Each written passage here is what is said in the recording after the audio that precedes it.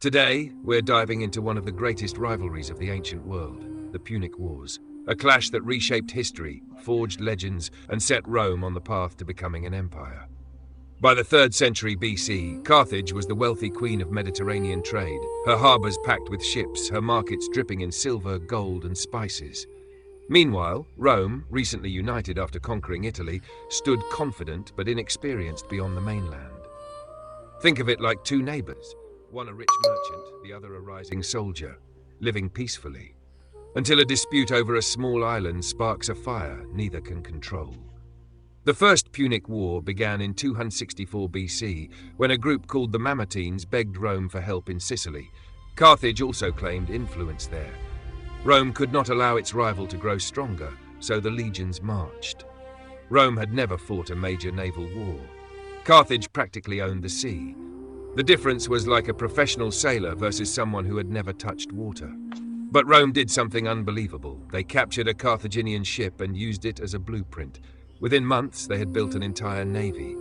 To even the odds, Rome added a deadly invention, the corvus, a huge boarding bridge that turned sea battles into land battles, Rome's specialty.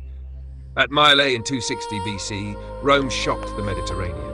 The corvus worked. Carthaginian ships were boarded and seized. The underdog won, but the war dragged on. Storms destroyed entire fleets. Thousands of lives were lost to waves rather than swords.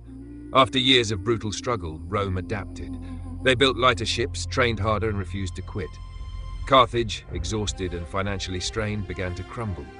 Finally, in 241 BC, at the Battle of the Agates Islands, Rome crushed Carthage's last fleet. The war was over.